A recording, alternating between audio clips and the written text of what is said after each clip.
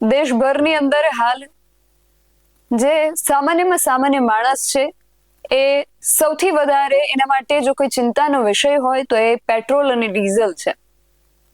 સોનું 1 વર્ષ સુધી ન ખરીદવું, પેટ્રોલ અને ડીઝલનો કરકસરપૂર્ણ ઉપયોગ કરવો, વિદેશ પ્રવાસે ન જવું, આ બધાની વાતો વચ્ચે ગઈકાલથી જેને લઈને સૌથી વધુ ચર્ચા થઈ રહી છે એ છે પ્રધાનમંત્રી નરેન્દ્ર મોદીની ઇટલી વિઝિટ.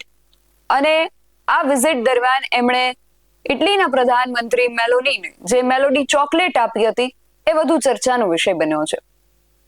દેશની અંદર આટલા બધા મુદ્દાઓ છે જેને લઈને ચર્ચાઓ થવી જરૂરી છે, પરંતુ દેશભરમાં ચર્ચાનો વિષય આ મેલોડી ચોકલેટ બની છે. એક તરફ પેટ્રોલ પંપ પર લાગેલી લાઈનો છે અને બીજી તરફ સોશિયલ મીડિયામાં ટ્રેન્ડ થઈ રહેલો આ મેલોડી ચોકલેટની ચર્ચાઓ છે. અને આ બધાની વચ્ચે અમદાવાદ કોંગ્રેસના જે આગેવાનો છે એમણે એવું કંઈક કર્યું જેને લઈને હવે ફરી એકવાર આ બંને વિષયો ઉપર લોકો વિચારતા થયા છે. શું છે સમગ્ર વિગત જાણીએ આ અહેવાલમાં. જય હિન્દ, BSI ન્યૂઝ પર આપની સાથે હું છું નિધિ ગઢવી. એક તરફ દેશની અંદર પેટ્રોલ પંપ ઉપર પેટ્રોલ અને ડીઝલ મેળવવા માટે લોકો કલાકોના કલાકો લાઈનમાં ઉભા રહી રહ્યા છે. ખેડૂતો જે છે એમને પૂરતું ડીઝલ નથી મળી રહ્યું. ડીઝલનો જેટલો જથ્થો છે એટલો જ એમને મળી રહ્યો છે, એમાં પણ એમને ઘણી હાલાકી ભોગવવાનો વારો આવી રહ્યો છે. લાઈનો લાગી છે, છતાં પણ ખેડૂતોને જોઈએ એટલું પેટ્રોલ કે ડીઝલ નથી મળી રહ્યું. એમના કામ અટકી પડ્યા છે. અત્યારે જ્યારે વાવણીનો સમય છે કે એમનો સિઝન છે ત્યારે ખેડૂતોના જે કામો છે અટકી પડ્યા છે, કારણ કે પેટ્રોલ પંપ ઉપર ડીઝલની જે અછત છે એ સર્જાઈ છે. અને બીજી તરફ સોશિયલ મીડિયાની અંદર જે મુદ્દાને લઈને ચર્ચાઓ થઈ રહી છે એ છે આપણા પ્રધાનમંત્રીની ઇટાલી મુલાકાત. આપણા પ્રધાનમંત્રી નરેન્દ્ર મોદી ઇટાલી ના પ્રવાસે પહોંચ્યા હતા. ઇટાલીની અંદર ભારત અને ઇટાલી વચ્ચે શું ડીલ થઈ, ત્યાં જઈને શું કરારો કરવામાં આવ્યા એને લઈને વધુ ચર્ચાઓ નથી થઈ રહી, પરંતુ પ્રધાનમંત્રી નરેન્દ્ર મોદી દ્વારા ઇટાલીના પ્રધાનમંત્રી જે છે મેલોની, એમને જે ચોકલેટ આપવામાં આવી છે મેલોડી, એને લઈને વધુ ચર્ચાઓ થઈ રહી છે. જે રીતે પશ્ચિમ બંગાળની અંદર ચૂંટણી સમયે ઝાલમુડીને લઈને ચર્ચાઓ ઉપજી હતી, એ રીતે હવે મેલોની ચોકલેટને લઈને ચર્ચાઓ થઈ રહી છે. દેશની અંદર ઘણા બધા મુદ્દાઓ છે જેને લઈને ચર્ચાઓ થવી ખૂબ જરૂરી છે, પણ આજે ચર્ચા થઈ રહી છે ઝાલમુડી કે મેલોડી જેવા ખાદ્ય પદાર્થોની.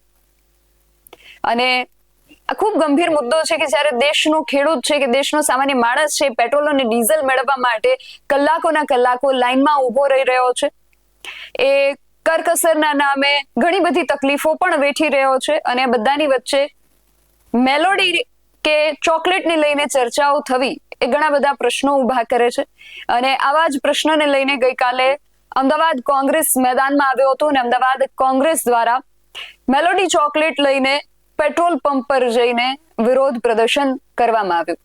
કોંગ્રેસ દ્વારા જ્યારે આ રીતે પ્રતિકાત્મક વિરોધ નોંધાવવામાં આવ્યો ત્યારે ત્યાં હાજર લોકોએ એનો કેવો પ્રતિસાદ આપ્યો અને આ બાબતને લઈને કોંગ્રેસના આગેવાને શું કહ્યું એ પણ સાંભળ્યો. આજે હંદી ચાર રસ્તા ખાતે પેટ્રોલ પંપ અને સિગ્નલ ઉપર યુથ કોંગ્રેસના હોદ્દેદાર, કાર્યકર્તાઓ અને અમારા ઇન્ચાર્જ દ્વારા લોકોની વચ્ચે જઈ અને લોકોને મેલોડી કોફી વેચવામાં આવી. એક બાજુ મહેંગાઈ વધી રહી છે અને મોદી મેલોડી ચોકલેટ ખવડાવે છે. નીટની એક્ઝામ રદ થઈ રહી છે, મોદી મેલોડી ચોકલેટ ખવડાવી રહ્યો છે. પેટ્રોલ ડીઝલના ભાવ વધી રહ્યા છે અને મોદી મેલોડી ચોકલેટ ખવડાવી રહ્યા છે. ત્યારે આના વિરોધમાં નૈતિક રૂપે અમે મેલોડી આપી અને લોકોની વચ્ચે યુથ કોંગ્રેસ દ્વારા એક વિરોધ પ્રદર્શન કરવામાં આવ્યું. તો કોંગ્રેસ દ્વારા આજે પ્રતિકાત્મક વિરોધ કરવામાં આવ્યો છે કે અત્યારે એક તરફ પેટ્રોલ પંપ પર પેટ્રોલ અને ડીઝલની અછત છે અને બીજી તરફ મેલોડી ચોકલેટને લઈને જે ચર્ચાઓ થઈ રહી છે, આ બંને જે પાસાઓ છે એને તમે કઈ રીતે જુઓ છો અને એને લઈને તમારો શું મત છે અમને કોમેન્ટ બોક્સમાં ચોક્કસથી જણાવજો. આવા જ વધુ અહેવાલો સાથે મળતા રહીશું. તમે મારી યુટ્યુબ ચેનલને સબસ્ક્રાઇબ કરવાનું અને અમને ફેસબુક અને ઇન્સ્ટાગ્રામ પર ફોલો કરવાનું ભૂલશો નહીં. બાકી નવી અપડેટ્સ માટે આપ જોતા રહો BSI ન્યૂઝ. નમસ્કાર.